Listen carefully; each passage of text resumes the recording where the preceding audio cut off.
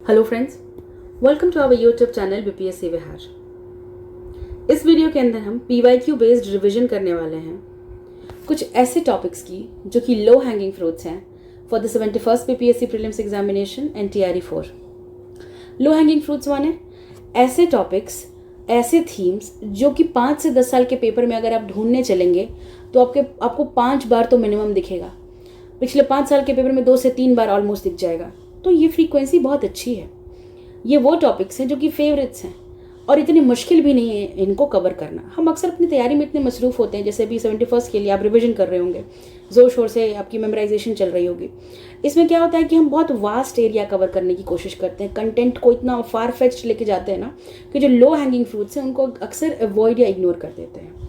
तो इस वीडियो के तहत हम यही करने वाले हैं कि जो भी लो हैंगिंग फ्रूट्स हैं, ऐसे टॉपिक्स जो बहुत सिंपल दिखते हैं, जो कि आपको हर बुक में, हर सोर्स में अवेलेबल होगा, टैबुलर फॉर्म में डेटा मिल जाएगा और उससे क्वेश्चन भी बन रहा है, एक नहीं दो नहीं काफ़ी सारे क्वेश्चन बन रहे हैं, तो उनको हम अक्सर अवॉइड कर देते हैं कि लास्ट में देख लेंगे।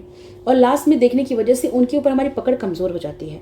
एग्जाम में अगर ये टॉपिक्स आपके एकदम स्ट्रांग रहे, कंठस्थ रहे ना, तो आप बहुत टाइम सेव करिएगा और जिन भी क्वेश्चन में प्रॉब्लम आ रही होगी उसके लिए आप टाइम बचा पाएंगे। ये गलती नहीं करते। स्मार्ट स्ट्रैटेजी यही होती है कि जो आपका स्टैटिक है उसको इतना स्ट्रॉन्ग कर लो, जो एरियाज आसान है उसको इतना स्ट्रॉन्ग कर लो कि मुश्किल एरियाज के लिए आप वहाँ पे अपना स्ट्रैटेजी बना सको। तो हम इस वीडियो के अंदर जो भी हमने repeated themes and topics identify किए हैं, आपको वीडियो में उसका लिंक प्रोवाइड कर दूंगी डिस्क्रिप्शन में, कि हमने 70th के लिए किया था थीम्स एंड टॉपिक्स को आइडेंटिफाई, वही है मोर और लेस, क्योंकि पिछले कई वर्षों के पेपर्स के बेस पे हमने वो थीम्स आइडेंटिफाई किए थे। उन्हीं थीम्स एंड टॉपिक्स को निकाल करके हम ये रिविजन वीडियोज़ ले आए हैं और ये रिविजन उन टॉपिक्स की होगी जो पीवाईक्यू में कई बार हमको मिले, जो कि बीपीएससी कई बार पूछती है। तो चलिए शुरू करते हैं हमारी पहली वीडियो। पहला फ्रूट या पहला टॉपिक है कमिटीज़ ऑफ कंस्टिट्यूएंट असेंबली। हमें पता है कि आज़ादी के पहले हमारे संविधान को बनाने के लिए एक संविधान सभा बनी थी, ठीक है। उसके अंदर प्रोविंशियल लेजिस्लेटिव काउंसिल से लोगों को इलेक्ट किया गया था, हर 10 लाख लोगों के ऊपर एक रिप्रेजेंटेटिव था, ठीक है। ये सब हमें बैकग्राउंड, इसका बैकड्रॉप पता है, लेकिन क्वेश्चन बनता है कि किस कमेटी का चेयरमैन कौन था। सिंपल सा है, बहुत आसान है, कुछ नाम रटने, याद करने या अपनी आंखों के सामने 2-3 बार लाना है परीक्षा के पहले, आप कर लीजिएगा इनको सॉल्व। देखिए, जवाहरलाल नेहरू जो बाद में जाकर के पीएम बनते हैं, उनको हम यहाँ पे देख रहे हैं, एक सेकेंड, उन्होंने कौन कौन सी कमिटीज़ की चेयरमैनशिप की, पहले हम ये देख लेते हैं। इनके पास थी यूनियन पावर्स कमेटी, इनके पास थी यूनियन कॉन्स्टिट्यूशन कमेटी और इनके पास थी states committee for negotiating with states. अब union the word is common, आप देख सकते हैं जो भी इंपॉर्टेंट कमिटीज़ की लिस्ट है यहाँ पर ऊपर से नीचे पूरी की पूरी लिस्ट, इसमें कहीं पे भी अदर देन दिस आपको यूनियन कीवर्ड वाला कमेटी नहीं मिल रहा है। तो आप एक तो ये इस कीवर्ड से याद कर सकते हैं कि यूनियन वाली committees, union powers committee, union constitution committee के चेयरमैन जवाहरलाल नेहरू थे, साथ में स्टेट्स कमेटी के भी चेयरमैन वही थे। Union and states, the 2 units of a federal government, of a federal structure, है ना। एक यूनियन गवर्नमेंट होता है, एक स्टेट गवर्नमेंट होता है। तो इस तरह से भी याद कर सकते हो कि यूनियन और स्टेट्स, इससे रिलेटेड जो भी कमेटी थी उसके चेयरमैन नेहरू साहब थे। आगे बढ़ते हैं। सरदार वल्लभ भाई पटेल, अगली इंपॉर्टेंट कमिटीज़ जिनके चेयरमैन थे ये पटेल साहब, यहाँ देखते हैं। इनके पास है प्रोविंशियल कॉन्स्टिट्यूशन कमेटी और advisory committee on fundamental rights, minorities and tribal areas. Provincial constitution committee आप याद रखिएगा, वल्लभ भाई पटेल से related, Patel provincial, P for Patel, P for provincial, this you can use. See मैं इस तरह से हिंट्स या कुछ क्लूज दे रही हूँ, प्लीज़ इसको अदरवाइज नहीं लेना, just for those helping those जो कि डिफिकल्ट समझते हैं चीज़ें याद करना। अगर आपको याद है, मुबारक हो, आप इसको बस एक बार देख लीजिए, काम चल जाएगा। पर जिन्हें याद नहीं होता वो इन चीज़ों की मदद ले सकते हैं। आगे देखते हैं। देखिए, पटेल साहब उम्र दराज थे, उनकी उम्र थी कंपैरेटिवली, जो भी यहाँ पे चेयरमैन दिए हुए हैं इस लिस्ट में, इन लोगों से ज़्यादा उम्र थी पटेल साहब की, तो बड़े थे। बड़े बुजुर्गों से हम एडवाइस लेना प्रेफर करते हैं, उनको ज़िंदगी का बेटर तजुर्बा है। तो एडवाइजरी कमेटी, सलाह, ठीक है, किस किस के ऊपर, fundamental rights, minority, tribal areas, इसके ऊपर एडवाइस देने का काम पटेल साहब का था। इसके चेयरमैन पटेल साहब थे। प्रोविंशियल कॉन्स्टिट्यूशन कमेटी, ठीक है, प्रोविंसेस के कॉन्स्टिट्यूशन रिलेटेड ऐसा कुछ रफली आप यूज़ कर सकते हैं याद करने के लिए। And P for province, P for Patel, and this is advisory committee. तो इस तरह से आप ये 2 कमिटीज़ के चेयरमैनशिप इनके पास है। हमारे पास जवाहरलाल नेहरू का वर्ड हो गए और हमने पटेल साहब को भी कवर कर लिया है। आगे देखते हैं। अगला है जो हमारे ड्राफ्टिंग कमेटी थी, वो बहुत इंपॉर्टेंट, इस पर क्वेश्चन बन भी चुका है। ड्राफ्टिंग कमेटी के चेयरमैन हैं of course doctor B R Ambedkar, law करके आए थे, बहुत ज़्यादा एजुकेटेड, ठीक है। कॉन्स्टिट्यूशन का ड्राफ्ट इन्होंने बनाया था, उसकी कमेटी के चेयरमैन ये थे। ड्राफ्ट ऑफ कोर्स बहुत से लोगों ने मिलकर बनाया था, बी एन राव वगैरह का बहुत बड़ी भूमिका थी उसमें। उसके बाद हम देखते हैं आगे राजेंद्र प्रसाद, ये बहुत इंपॉर्टेंट पर्सनालिटी, एक जो बचे हुए हैं। इनके पास रूल्स ऑफ प्रोसीजर कमेटी और स्टीयरिंग कमेटी थी। तो आप यहाँ देख सकते हैं R for Rajendra Babu and R for rules, ठीक है। और ये बिहार से हैं, बिहार के लोग काफ़ी डिसिप्लिन्ड होते हैं अपनी तैयारी में, तो वो रूल्स फॉलो करते हैं अच्छे से। This way you can also remember rules and steering committee, तो स्टीयर करना, कैसे चलाएंगे हम कमेटी पूरे संविधान सभा को, उसकी स्टीयरिंग कमेटी के भी अध्यक्ष ही थे। So on the basis of rules he could steer the entire constituent assembly. कौन? Rajendra Babu, R for Rajendra Prasad and this R, ठीक है। इस तरह से हमने जो मेजर कमिटीज़ थी, जो 8 इंपॉर्टेंट कमिटीज़ हैं, उनको कवर कर लिया। बहुत कमिटीज़ थी लेकिन मेजर माइनर कमिटीज़ देखनी है हमको, तो आपको ये मेजरली पहले आपने नेहरू जी का देख लिया कि union powers and constitution, and then यहाँ पर उनको स्टेट्स कमेटी। फिर पटेल साहब का हमने देख लिया provincial constitution committee, P for Patel sahab, P for provincial, and then advisory committee because he is elderly, he can give good advices. Drafting committee Ambedkar sahab, law था, ठीक है, लॉ पढ़े इसलिए जो लीगल चीज़ है उसकी ड्राफ्टिंग करने का responsibility. Rajendra Prasad ji rules of procedure and steering committee. इसके अलावा हमने कुछ सब कमिटीज़ भी देखी हैं कि बहुत इंपॉर्टेंट, जैसे कि अपने एडवाइजरी कमेटी देखी जिसके चेयरमैन थे सरदार वल्लभ भाई पटेल। उनके अंदर बहुत सी सब कमिटीज़ थी उसी एडवाइजरी कमेटी के अंदर, जैसे कि फंडामेंटल राइट्स की जो सब कमेटी थी उसके चेयरमैन थे JB कृपलानी। माइनॉरिटीज़ की सब कमेटी थी, उसके चेयरमैन थे HC Mukherjee. North east frontier tribal areas की सब कमेटी थी, उसके चेयरमैन थे गोपीनाथ बोरदोली। अभी देखिए नॉर्थ ईस्ट असम एक बहुत prominent state, and this Bordoloi surname is from Assam only, तो आप इससे याद कर सकते हैं, ठीक है। गोपीनाथ बोरदोली से आप याद कर सकते हैं। And then excluded partially excluded areas sub committee Assam की। तो ये जो एक्सक्लूडेड एरियाज थे और जो भी पार्शियली एक्सक्लूडेड एरियाज थे जैसे कि असम, उसके चेयरमैन थे AV ठक्कर। तो नॉर्थ ईस्ट फ्रंटियर के लिए गोपीनाथ बोरदोली, फिर एक्सक्लूडेड और पार्शियली एक्सक्लूडेड एरियाज के लिए ठक्कर साहब। Minority, M for Mukherjee, this way you can figure out, ठीक है। माइनॉरिटी की सब कमेटी के चेयरमैन HC मुखर्जी थे, और फंडामेंटल राइट्स के जो सब कमिटीज के चेयरमैन JB कृपलानी, ठीक है। अब देखते हैं क्वेश्चंस कि कैसे क्वेश्चंस पूछे जा चुके हैं इन टॉपिक से। ये BPSC का क्वेश्चन है, ठीक है, 63rd में 67th में जहाँ से क्वेश्चंस निकले हमने यहाँ पे PYQs उठा के रखे हुए, आप इनको हमारे साथ सॉल्व करिए। Who was not the member of constituent assembly of India from Bihar, Bihar से कौन नहीं था इनमें से जो कॉन्स्टिट्यूएंट असेंबली का मेंबर था? तो अनुग्रह नारायण सिन्हा ये भी मेंबर थे, राजेंद्र प्रसाद ये भी मेंबर थे, बाबू जगजीवन राम ये भी मेंबर थे। तो ऑप्शन में आ जाएगा none of the above, all of these were the members of constituent assembly, ठीक है। So the correct answer is none of the above. आगे बढ़ते हैं, who is the chairman of constituent assembly. और हमने पीछे पढ़ा हुआ है कि जो भी हमने ड्राफ्टिंग कमिटीज देखी उसके तो चेयरमैन, ये ड्राफ्टिंग कमेटी के चेयरमैन तो ये थे BR अम्बेडकर। नेहरू साहब की हमने कमिटीज़ देख ली। KM मुंशी किसी खास कमेटी के चेयरमैन नहीं है जो भी तक हमने की है। और जो पूरी की पूरी कॉन्स्टिट्यूएंट असेंबली थी उसके चेयरमैन डॉक्टर राजेंद्र प्रसाद है। ये आपको याद होना चाहिए, आप यहाँ से नोट डाउन कर लीजिए जो भी है, ठीक है। आगे बढ़ते हैं अगले टॉपिक की तरफ। नेक्स्ट टॉपिक है इंटरिम गवर्नमेंट।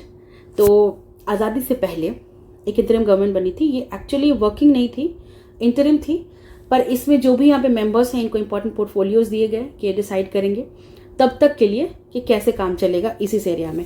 और आज़ादी के बाद इनको लगभग सिमिलर ही पोर्टफोलियोज दिए गए थे जो पहली कैबिनेट आई थी। और इसके अंदर जो इंटरिम गवर्नमेंट है ये वायसराय एग्जीक्यूटिव काउंसिल मोरलेस वही था।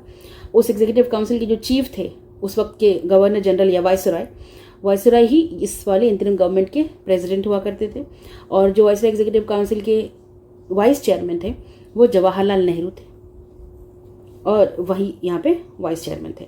इसके अलावा बाकी जो इनके पोर्टफोलियोज हैं इस पे क्वेश्चन मेन बनता है, ठीक है। आपको ये पूछ सकता है कि इंटरिम गवर्नमेंट का जो चीफ था वो कौन था, या तो फिर आप उस टाइम के वाइसराय का नाम देंगे जो भी वाइसराय एग्जिस्टिंग होंगे, क्योंकि ये चेंज हुए हैं from like Wavell to Mountbatten, this kept on changing, तो हम एग्जैक्टली एक पर्सन का नाम नहीं दे सकते हैं।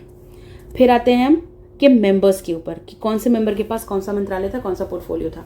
जवाहरलाल नेहरू के पास था external affairs and commonwealth. UNO के ये बहुत एलीट वर्ग से थे, इनकी पढ़ाई बाहर से हुई थी, इनकी ठीक ठाक कॉन्टैक्ट्स थे बाहर, तो आप इस तरह से याद कर सकते हैं कि एक्सटर्नल अफेयर्स इनको दे दिया गया और फिर कॉमनवेल्थ रिलेशंस इनको दे दिया गया। ठीक है, फिर आते हैं सरदार वल्लभ भाई पटेल पर। होम, इनको होम दिया गया एंड इंफॉर्मेशन एंड ब्रॉडकास्टिंग। तो क्योंकि उन्होंने घर को जोड़ा था, हमारे भारत के घर को, अलग अलग स्टेट्स को कंसोलिडेट किया था, बात करके उनसे उनकी सहमति बना करके एक भारत बनाने में मदद की, होम बनाने में। तो सरदार वल्लभ भाई पटेल को home ministry and information and broadcasting दिया गया। राजेंद्र प्रसाद जो कि बिहार से आते हैं, इनको फूड एंड एग्रीकल्चर बिहार में मेजॉरिटी प्रैक्टिस किया जाता है, मेजॉरिटी पॉपुलेशन के लिए फॉर्म ऑफ ऑक्यूपेशन जो है एग्रीकल्चर है, तो आप ऐसे याद कर सकते हैं Rajendra Prasad is from Bihar and food and agriculture इनको दिया गया। जॉन मथाई, इनको इंडस्ट्रीज एंड सप्लाईज दिए गए। जगजीवन राम, दलित वर्ग के बहुत बड़े नेता, इनको लेबर डिपार्टमेंट दिया गया। आप समझ सकते हैं कि उस वक्त क्योंकि इंडस्ट्रियलाइजेशन इतनी खास नहीं थी, तो लेबर वर्ग खास उस वक्त के लिए स्पेसिफिकली थोड़ा वो वर्ग था जो कि डिप्राइव्ड रहा था। तो वहाँ से कोई रिप्रेजेंटेटिव अगर लेबर डिपार्टमेंट का हेड होगा तो बेहतर समझेगा उनके कारणों को, उनके इश्यूज़ को। इसलिए जगजीवन राम, इनको बाबू जगजीवन राम कहते हैं। इनकी बेटी है मीरा कुमार जो कि स्पीकर थी लोकसभा की, आपने देखा होगा। और फिर आते हैं सरदार बलदेव सिंह पे, माफ़ करिएगा, बलदेव सिंह, इनको डिफेंस मिनिस्ट्री, डिफेंस पोर्टफोलियो दिया गया। बल, force, strength, defence. You need strength, you need बल टू डिफेंड योर सेल्फ, आप ऐसे याद कर सकते हैं। बलदेव सिंह को डिफेंस दिया गया। CH भाभा, इनको works, mines and power department दिया गया। हमको भाभा एटॉमिक रिसर्च इंस्टीट्यूट पता है, तो थोड़ा सा आप उससे रिलेट करिए, ठीक है। Bhabha, works, mines and powers. Then we go to Liaquat Ali Khan, ये फाइनेंस था इनके पास पोर्टफोलियो, ऑल्दो आज़ादी के बाद ये पाकिस्तान चले गए थे, तो ये चेंज हो जाएगा, बट इंटरिम गवर्नमेंट में फाइनेंस लियाकत अली खान के पास था। फिर आई चुंद्रीगर, इनको कॉमर्स दिया गया। यू कैन रिमेंबर, यहाँ से C से चुंद्रीगर एंड देन C से कॉमर्स, ऐसे करके आप याद रख सकते हैं। एक चीज़ और, लियाकत अली खान जो है पाकिस्तान के पहले प्राइम मिनिस्टर बनेंगे, तो जब पार्टीशन होगा उसके बाद इनकी पोर्टफोलियो फाइनेंस वाली कहीं और चली जाएगी और ये पाकिस्तान चल जाएंगे। तो बस याद रखिएगा, पूछ सकते हैं क्वेश्चन लियाकत अली खान के ऊपर, फाइनेंस वाला, ठीक है। आगे असफ अली को रेल एंड ट्रांसपोर्ट, थोड़ा सा यहाँ पे किडिश लगेगा बट हेल जस्ट ट्राई। देखिए, rail AIL and Ali ALI, so this is kind of, थोड़ा सा अगर आप ध्यान दें तो याद रहेगा। मतलब railway and transport is something कि भूल सकते हैं, है कि नहीं। तो railway, Ali, I think this will help you. AIL ALI, बस ऑर्डर चेंज किया है एंड आप याद रख सकते हो। मैं ये छोटे छोटे ट्रिक्स दे रही हूँ, थोड़े से आपको और लग सकते हैं but they may help you also. Then C Rajagopalachari, इनको एजुकेशन एंड आर्ट्स, ठीक है। ये पहले भारतीय मूल के गवर्नर जनरल थे, ठीक है, first Indian to be the governor general of India post independence only. इनको एजुकेशन एंड आर्ट्स दिया गया था। जो CR फॉर्मूला पढ़ते हैं इन्हीं का था, C राजगोपालाचारी का। देन KC न्योगी, इनको हेल्थ दिया गया था, न्योगी साहब को। And then we have Jogendra Nath Mandal, इनको लॉ पोर्टफोलियो दिया गया था, Mandal law. And then Abdul Rab Nishtar, इनको पोस्ट एंड एयर दिया गया था। देखिए, मोस्ट क्वेश्चंस जो हैं, आप थोड़ा बहुत एक बार दो बार देख लीजिएगा इस लिस्ट को, ध्यान रहेगा। लेकिन ज़्यादा क्वेश्चन जो बने हैं ना, यहाँ तक, 1 सेकेंड, यहाँ तक, ये वाले पोर्टफोलियोज बहुत इंपॉर्टेंट हैं, भूलिएगा मत। एक थोड़ा सा यहाँ पे नोट मैंने ऐड किया कि लॉर्ड वेवल जो हैं, he continue to be the viceroy and Jawaharlal Nehru was designated as vice president of executive council. मैंने शुरू में बता दिया था, ठीक है। जो वाइसरॉय है वही चेयरमैन था इस इंतरिम गवर्नमेंट का, और जो इंतरिम गवर्नमेंट के वाइस प्रेसिडेंट थे वही इसके भी वाइस प्रेसिडेंट थे। मतलब फर्स्ट एग्जीक्यूटिव काउंसिल के जो वाइस प्रेसिडेंट थे वो इंतरिम गवर्नमेंट के भी वाइस प्रेसिडेंट थे। आगे बढ़ते हैं अगले टॉपिक की तरफ। एक सेकेंड, मैं तो भूल ही गई, मुझे क्वेश्चंस भी प्रैक्टिस कराने थे। एग्जैक्टली, हमने ये टॉपिक कर लिया है, तो इसके बाद हम देखेंगे कुछ क्वेश्चंस इसी टॉपिक से जो कि BPSC में पूछे गए हैं। ये PYQ है। What portfolio Rajendra Prasad held in interim government established in 1946 AD। तो क्या पोर्टफोलियो था उनके पास, अभी हमने सॉल्व किया है पीछे, है ना, याद करके कि बिहार से राजेंद्र बाबू, तो फूड एंड एग्रीकल्चर। 1 सेकेंड, तो यू कैन सी हियर, इनको मिला था फूड एंड एग्रीकल्चर मिनिस्ट्री, ठीक है, food and agriculture. Next, who was the finance minister in interim government? देखिए मैंने बोला था ये क्वेश्चन आ सकता है, लियाकत अली खान, और ये आया हुआ है ना। Liaquat Ali Khan was the then finance minister. ये 2 क्वेश्चंस।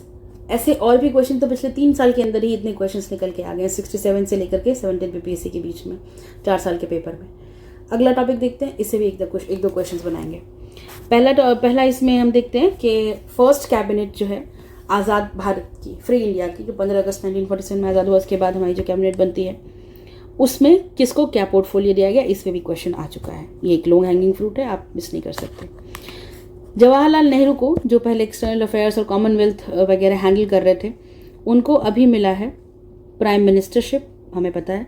एक्सटर्नल अफेयर्स कंटिन्यूड है जो इंतरिम गवर्नमेंट में था। कॉमनवेल्थ ये भी इंतरिम गवर्नमेंट से इनके पास है। एक ऐड हुआ है साइंटिफिक रिसर्च, तो प्राइम मिनिस्टरशिप ऐड हुई है और साइंटिफिक रिसर्च ऐड हुआ है। ऑल्दो इंतरिम गवर्नमेंट में भी ये वाइस चेयरमैन थे, जो एक कोई इंडियन हाईएस्ट पोस्ट होल्ड कर पाया था, वो इन्हीं को दी गई थी। ठीक है, तो प्राइम मिनिस्टर तो यहाँ पे आपको दिख रहा है post independence. Other than that external affairs, Commonwealth and scientific research. Patel साहब को होम मिला था, ब्रॉडकास्टिंग जो पहले था। एक चीज़ ऐड हुई है स्टेट्स, ये याद रखिएगा। होम इंफॉर्मेशन ब्रॉडकास्टिंग इनके पास इंतरिम गवर्नमेंट में भी था, लेकिन स्टेट्स जो है पोस्ट इंडिपेंडेंस, इनको एक नया पोर्टफोलियो इनके साथ ऐड किया गया। आज के टाइम पे भी कैबिनेट मिनिस्टर्स के पास एक से ज़्यादा पोर्टफोलियोज होते हैं, उनको हैंडल करना पड़ता है। वैसे ही पहले कैबिनेट के अंदर भी हुआ था। उसके बाद राजेंद्र प्रसाद साहब का चेंज नहीं हुआ, याद करना आसान है। फूड एंड एग्रीकल्चर तब भी और आज़ादी के बाद भी। फिर आते हैं मौलाना अबुल कलाम आज़ाद पर, महान नेता। एजुकेशन, तो जो एजुकेशन पोर्टफोलियो हमने देखा वो चेंज हुआ। आप देख सकते हैं इधर, 1 सेकेंड, यहाँ पर जो एजुकेशन है सी राजगोपालाचारी के पास था, बट जो आज़ाद भारत की सरकार बनी उसमें मौलाना अबुल कलाम आज़ाद जो हुए हमारे पहले एजुकेशन मिनिस्टर होते हैं। ठीक है, फिर आते हैं डॉक्टर जॉन मथाई, इनको रेलवे एंड ट्रांसपोर्ट, पहले जिनको इंडस्ट्रीज एंड सप्लाईज दिया गया था, अब इनको रेलवे एंड ट्रांसपोर्ट दिया है। डॉक्टर षणमुगम चेट्टी, आर के षणमुगम चेट्टी, इनको फाइनेंस, क्योंकि लियाकत अली खान तो पाकिस्तान चले गए पार्टीशन के बाद, तो यहाँ पर अब फाइनेंस इनको दिया गया है, चेट्टी, आर के षणमुगम चेट्टी को। डॉक्टर BR अम्बेडकर को लॉ दिया गया है, क्योंकि ऑफ कोर्स ये लॉ में पारंगत थे, तो इनको लॉ डिपार्टमेंट दिया गया। बाबू जगजीवन राम का चेंज नहीं हुआ, लेबर मिनिस्ट्री। सरदार बलदेव सिंह, याद रखना आसान है, बल यानी फोर्स, डिफेंस सेम इनका है। Rajkumari Amrit Kaur, the only and the first female cabinet minister of India, इनको हेल्थ डिपार्टमेंट दिया गया। अगर आप एम्स कभी गए हैं, all India institute of medical science in Delhi, आपको वहाँ पे इनका बहुत बड़ा सा एक बस्ट पुतला मिलेगा, बस्ट का, राजकुमारी अमृत कौर लिखा रहता है, पहली महिला कैबिनेट मिनिस्टर, वो भी हेल्थ डिपार्टमेंट की। ठीक है, ये बहुत इंपॉर्टेंट है, इस पर क्वेश्चन बन चुका है, यूपीएससी में बन चुका है। And then we have Rafi Ahmed Kidwai, communication, इनको किदवई, के से कम्युनिकेशन, क से कम्युनिकेशन, क से Kidwai, you can try to recall. यहाँ पे 2-3 चीज़ें हैं जिस पे हम लर्न कर सकते हैं। देखिए, नेहरू जी का पोर्टफोलियो भूलना मुश्किल है, ठीक है, prime minister, external affairs, Commonwealth science याद रहेगा। सरदार जी का, पटेल जी का भी आपको याद रहेगा कि होम, ब्रॉडकास्टिंग, स्टेट्स। राजेंद्र बाबू का भी याद रहेगा फूड, एग्रीकल्चर। अबुल कलाम याद कर लीजिए, फर्स्ट एजुकेशन मिनिस्टर पे क्वेश्चन बन चुका है, कौन थे, तो ये अबुल कलाम आज़ाद थे। बाकी जो ये रहा लॉ, लेबर, डिफेंस, हेल्थ, इन पे प्रश्न बनने की संभावना है, और इन्हें याद रखना इतना कुछ मुश्किल भी नहीं है। अंबेडकर का लॉ से relation you can not forget, ये बहुत अच्छे लॉयर थे। जगजीवन राम मैंने बता दिया है, दलित वर्ग के नेता, लेबर रिप्रेजेंटेटिव थे। एंड देन बलदेव सिंह, यहाँ पे हम ये नाम से थोड़ा सा फिगर आउट कर रहे हैं कि ये डिफेंस चेयर करते थे, डिफेंस पोर्टफोलियो संभालते थे। देन अमृत कौर के बारे में बताया मैंने, health ministry. And then you have doctor Shyama Prasad Mukherjee, ये इंडस्ट्रीज एंड सप्लाई, जो कि पहले जॉन मथाई होल्ड कर रहे थे, जिनको बाद में ये रेलवे एंड ट्रांसपोर्ट दे दिया गया। अब श्यामा प्रसाद मुखर्जी के पास इंडस्ट्रीज एंड सप्लाई आ जाता है। एंड CH भाभा, पहले भी works, mine and power hold कर रहे थे, CH भाभा अभी भी वर्क्स, माइन एंड पावर इनको दिया गया है। Then there is WN Gadgil, इनको कोई स्पेसिफिक पोर्टफोलियो मेंशन नहीं था, but he was there in the interim government to support and help. So what's important यहाँ पे आपको दिखना है, जो एक मिनट रुकिएगा, हाँ, let me just clean this a little. जो भी सीनियर लीडर्स हैं जिनका आज़ादी में बहुत बड़ा योगदान रहा है, उनका तो आपको एक एक चीज़ रटी होनी चाहिए कि किसको क्या क्या पोर्टफोलियो मिला है। तो सजेस्ट करूँगी कि ये इतना अच्छे से याद रखिएगा, ये वाला, और उसके ऊपर ये वाला बढ़िया से एकदम रख लीजिए, किस तरह से कोशिश करिए, ठीक है। एलिमिनेशन से बना लीजिएगा इन सब क्वेश्चन को, 4-5 मिनिस्टर्स के अच्छे से नाम याद रहेंगे, एलिमिनेशन से बन जाएगा। एक क्वेश्चन देखते हैं इसके बेसिस पे आगे, ठीक है। यहाँ पे ये वाला क्वेश्चन, हाँ, the department of state was established under whose leadership. तो मैंने बोला था कि पहले उनको स्टेट नहीं दिया गया था, इंतरिम गवर्नमेंट में नहीं, लेकिन आज़ाद होने के बाद उनको स्टेट डिपार्टमेंट दिया गया, और वो थे सरदार पटेल। ये बीपीएससी का क्वेश्चन है, 65 या 66 बीपीएससी में आया था। तो रिपीटेड क्वेश्चन ही हैं, ये टॉपिक रिपीटेड है, मेरा कहने का मतलब है, और बार बार बीपीएससी पूछ रही है, तो हम आज इस लो हैंगिंग फ्रूट टॉपिक को एड्रेस किए। इस तरह मैं अगले दिन एक और टॉपिक लेके आऊँगी, छोटा सा 20-25 मिनट का वीडियो करेंगे और जल्दी से एक टॉपिक को रिवाइज करके फिनिश कर लेंगे। इनको भूलना समझदारी की बात नहीं होगी, ये ऑट नॉट मिस इट, क्योंकि ये सब करके जाएंगे, आप भी करके जाओ और अच्छे से करके जाओ कि कम से कम समय दो एग्जाम में इन टॉपिक्स को आराम से सॉल्व करो, और जो टफ एरियाज लगते हैं उधर थोड़ी सी टाइम अलॉट कर सकते हो, ठीक है। और अभी तक ये वीडियो आपको कैसी लगी प्लीज़ कमेंट में बताइएगा, पसंद आई तो लाइक करिएगा। एक चीज़ और, अगर आपको और PYQs प्रैक्टिस करने हैं तो हमारी प्लेलिस्ट आपको मिल जाएगी चैनल के ऊपर, सब्जेक्ट वाइज और एग्जाम वाइज हमने PYQs वहाँ पे सॉल्व कराए हुए हैं। आप उन क्वेश्चंस को सॉल्व करिए, उनको पढ़िए, देखिए जा करके, आपको बहुत मदद मिलेगी। PYQs are the best source किसी भी एग्ज़ाम को प्रिपेयर करने के लिए। तो चलिए, इस वीडियो के लिए फ़िलहाल इतना ही, आगे फिर अगले रिवीजन टॉपिक के साथ मिलेंगे। अगर आपको पसंद आई हो तो अच्छा रिस्पॉन्स दीजिएगा, फिर हम और वीडियोज़ लेकर के आएंगे। आपके रिस्पांस के ऊपर डिपेंड करेगा कि ये वीडियोस कैसा करती हैं, रिवीजन आपको और चाहिए क्या। हम अलग अलग सब्जेक्ट्स अदर देन हिस्ट्री, हम साइंस वगैरह में भी फिर अंदर और रिवीजन के लिए जाएंगे, दूसरे टॉपिक्स को भी कवर करेंगे। फिलहाल इस वीडियो के लिए इतना ही, आपका रिस्पांस आप ज़रूर बताइएगा। वीडियो को लाइक करिए, शेयर करिए, चैनल को सब्सक्राइब करिए to get the notification, and तब तक के लिए thank you, wish you all the best for exam.